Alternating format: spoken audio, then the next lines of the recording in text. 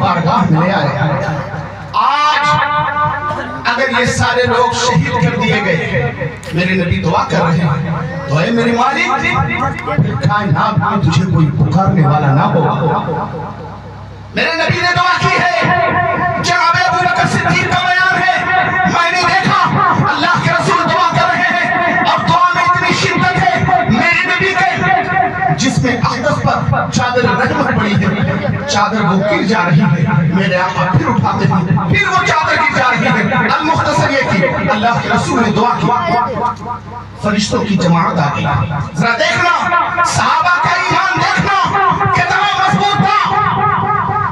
हज़रत Abdurrahman ibn of का बयान है, बदर की जंग हो रही, हज़रत अब्दुर्रहमान इब्न औफ कहते हैं मैं एक जगह पर खड़ा था, अचानक तो बच्चे हमारे पास आए, उन्होंने कहा ऐ चचा, अबू जहल कहाँ है?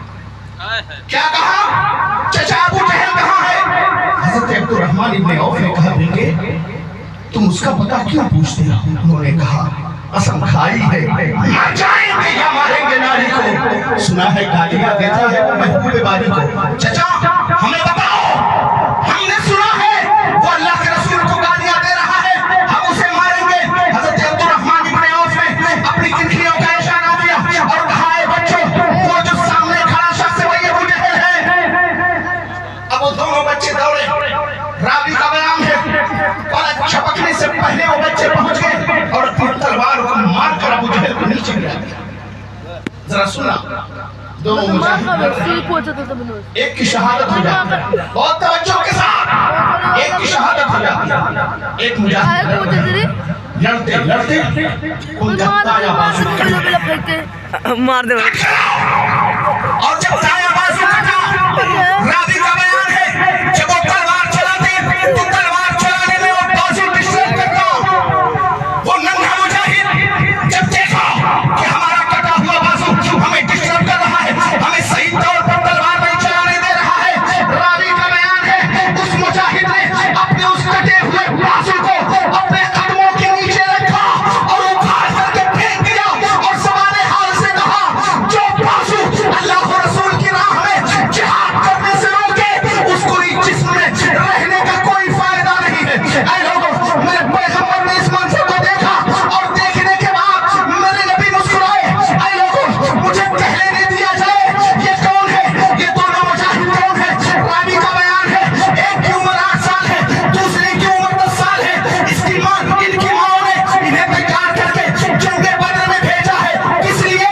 जंग करने के लिए, अल्लाह और रसूल के नाम पर सर कटाने के लिए। ऐ लोगों, अब यहाँ रुककर मुझे कहने नहीं दिया जाए जब तक इस उम्मत में ऐसी माएं जिंदा थी, जब तक इस उम्मत में ऐसे बच्चे जिंदा थे, शर्क से हद तक, शुमाल से जुनूब तक यही आवाज आती थी दश्त तो दश्त है, दरिया भी न छोड़े हमने, अहले सुलमान में दया दिए गोले।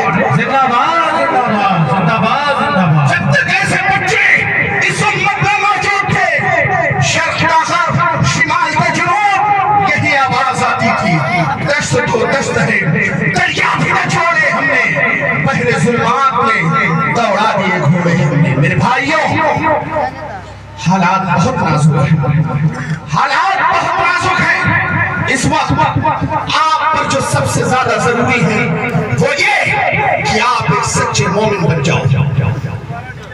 कौन नहीं जानता हमारी मसाजिद पर हमला, हमारे मदारिस पर हमला, हमारे नौजवानों को तहकीक किया जा रहा है, कौन नहीं जानता? ऐसे वक्त में आप पर और जरूरी है कि आप एक सच्चे मोमिन बन जाओ और जमाने वालों को बता दो मुसलमानों की गैरत अभी मरी नहीं है, मुसलमानों की गैरत अभी जिंदा है।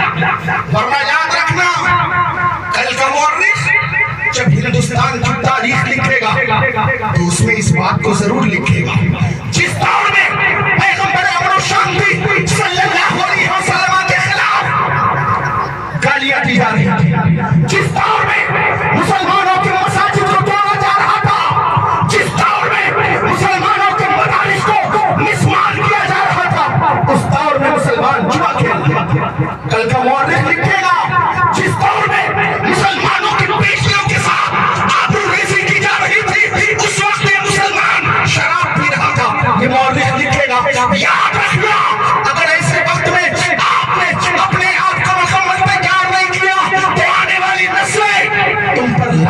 देंगे। लाना इसलिए आप पर जरूरी है कि आप सच्चे पक्के मोमिन बन जाएं।